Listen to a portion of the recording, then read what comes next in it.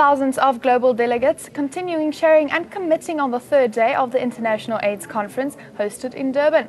The 5-day annual meeting of governments, activists and medical professionals is geared at finding solutions to effectively deal with HIV and AIDS. South Africa is reported to have just more than 10% of its population infected with HIV.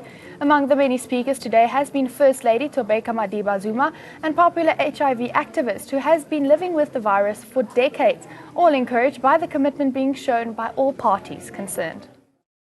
What CIP has done is we looked at government policy, and one of the policies that the minister focuses on is the early childhood development. We know that if a child spends about 1 to 2 years in the ECD campus, their chances are good that their juvenile rates get reduced, their pass rates gets improved. In fact, just their future that they have is so much better than what it is today.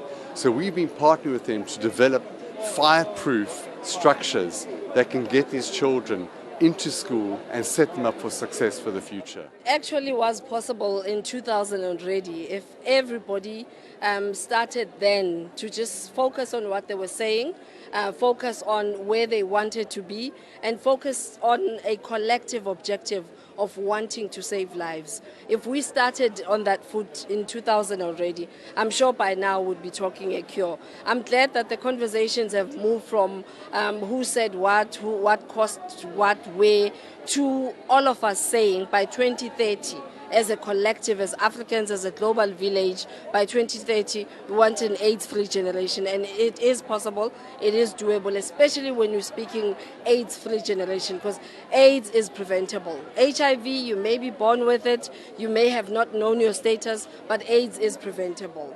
I think the first most important aspect is that I appreciate the acknowledgement that the Department of Social Development is at the center of getting us to zero. If we are to get to zero, as social development, we need to pull it up. The pillar in the National Strategic Plan on prevention is actually led by social development. And we do have a youth unit. We do look after young girls, orphaned and vulnerable children, our responsibility. Psychosocial support, care, follow-up, aftercare, as well as access to justice and human rights. So at this conference, we are here to ensure that we can pick up best practice, we can revisit our program designs, we can actually say what other countries are doing to get us to that final 14 years, because we are dreaming and we know we can do it, we know we will achieve it, and with all South Africans behind us, 2030 and AIDS-free South Africa is possible.